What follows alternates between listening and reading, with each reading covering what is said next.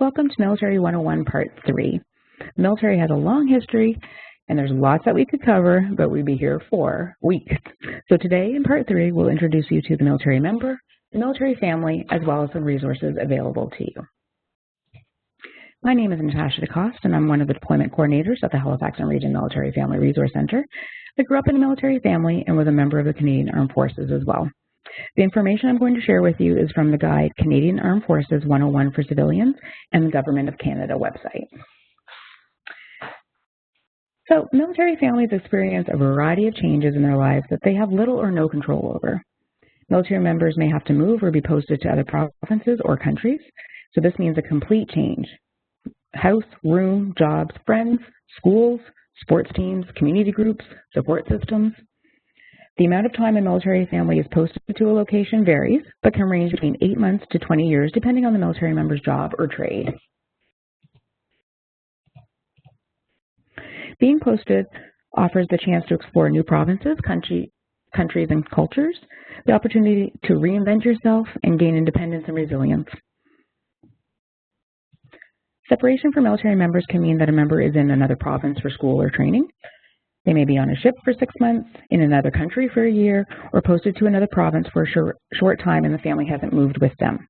This is called IR, or imposed restriction. When a military member is away from their family for a certain length of time, but not on IR, it's called a deployment. Deployments can last a few weeks or months, such as responding to a natural disaster, or a year or more, such as Canada's participation in Afghanistan. A job in the military is inherently risky. Military members participate in various missions that could include humanitarian efforts, piracy, or overall safety and security related missions. The Esquimalt MFRC has videos of military families talking about their deployment experiences. The link to the video is on the screen. I like the videos because it gives an idea of things to think about before a deployment. The MFRC also has a deployment checklist resource that can be helpful in the planning stage to prepare as much as possible for those what-if situations. Okay, let's take a look at the military member.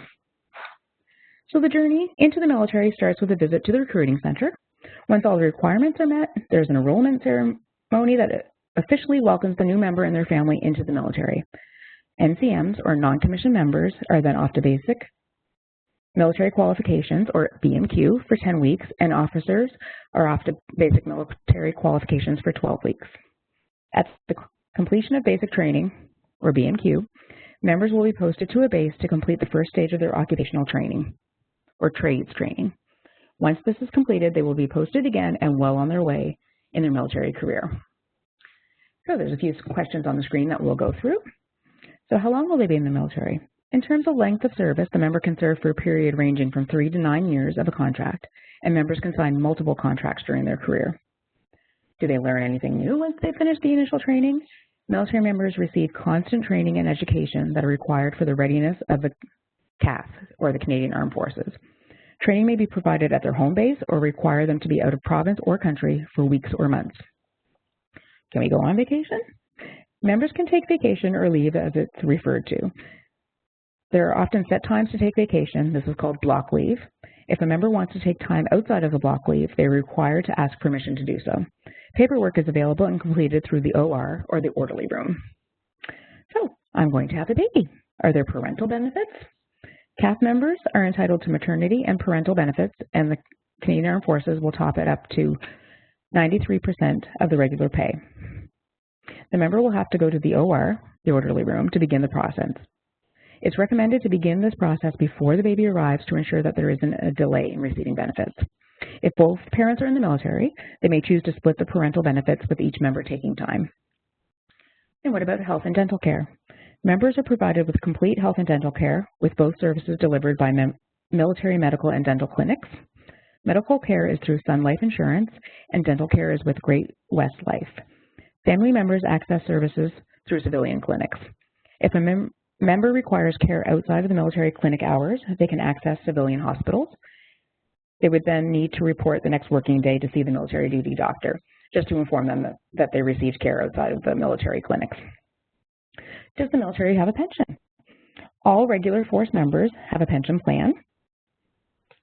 There's a website that we will give you at the last slide with more information about pensions.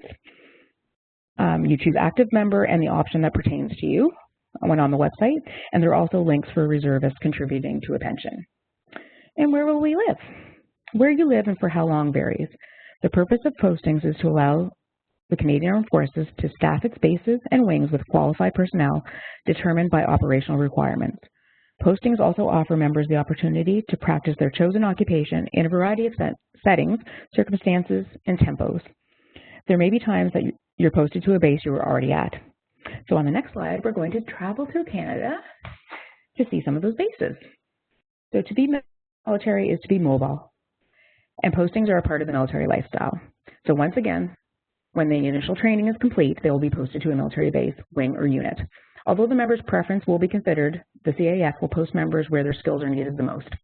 Depending on the member's trade, they could be posted anytime between 2 and 4 or more years.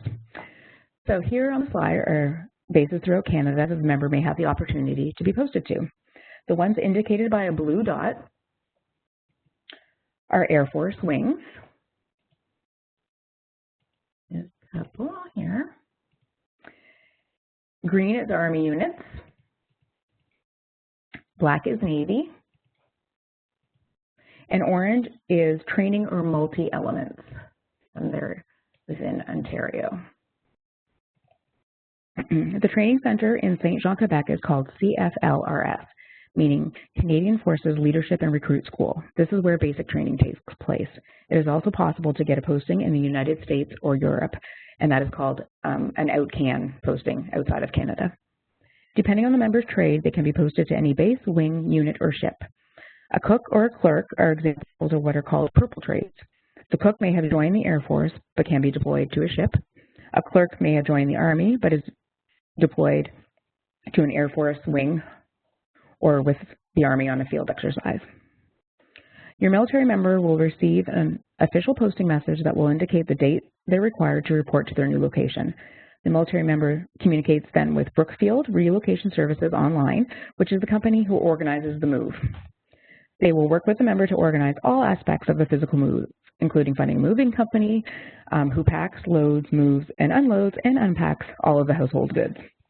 Members' rank and trade or occupation could also determine the posting duration and frequency. Although many bases have base housing, often referred to as RHU or residential housing units, previously known as PMQs, some families prefer to live off base. This may be a matter of choice, or perhaps there are no base housing available at the time of the posting. Each base manages the base housing through CFHA, which is the Canadian Forces Housing Agency. The MFRC, or the Military Family Resource Center, sees the military family as anyone that the member considers family. This can be a husband or wife, a spouse, a partner, boyfriend, girlfriend, parent, uncle, child, friend, neighbor. Living the military lifestyle comes with challenges, rewards, and a range of feelings. We talked about postings previously, so now we'll talk a little bit about when your military member is away on a work-related absence. This is referred to as a deployment, as we mentioned, either domestic or international, but it can also be referred to as temporary duty, an exercise, on course, or training. How often, when, and how long an absence is will depend on the operational requirements determined by the CAF. There will be many times, for example, a military action or a natural disaster that a military member has to leave on short notice, weeks or maybe even days notice. During some absences, the military member may not be able to confirm their location or homecoming date due to safety protocols or until details are finalized through the Canadian Armed Forces. Military members can be and are deployed anywhere around the world. Communication during an absence is extremely important for the member and for the family at home. Where possible, communication resources such as phone and internet services are put in place. Families are also welcome to send morale mail parcels to their deployed loved ones through the MFRC. Resiliency and building a support network is definitely key to coping with the demands of the military lifestyle. Learning to provide support to and accept support from friends and fellow military families creates a wonderful connection and strengthening of that resilience. Many lifelong friends have been made with families in the same unit, neighborhood, base chapel, rec centers, MFRC groups. You get the idea. You never know how capable you are of doing something until you have to do it on your own. Embrace the adventure.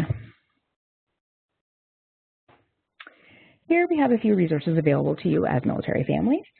The Family Information Line is available 24/7, 365 days a year. It's confidential, bilingual, free service that offers information, support, referrals, reassurance, and crisis management to the military community. They serve CAF members, veterans, and their families. There are various social activities at the MFRC that give you the opportunity to meet other families and build relationships. There's also deployment-specific activities when experiencing a deployment. And the MFRC also has numerous volunteer opportunities that allow you to gain skills and, again, make connections in the community. For families with children, there are different activities that they can take part in to meet new friends and gain skills, as well as there are various childcare options. She is Fierce is a Facebook page and blog written by a military spouse and offers insight into the military lifestyle from a very honest and real perspective. Canadian Military Family Magazine is a magazine for military families featuring articles and information that enrich, inspire, and educate military families' lives. They also have a Facebook page. And we spoke about CISMAP earlier. So we at the MFRC want military families to be connected, supported, and we're here to help guide you. So if you have any questions, you can contact me at the email on the screen, and there are the references and websites that I had mentioned throughout part 3. Thanks for joining me.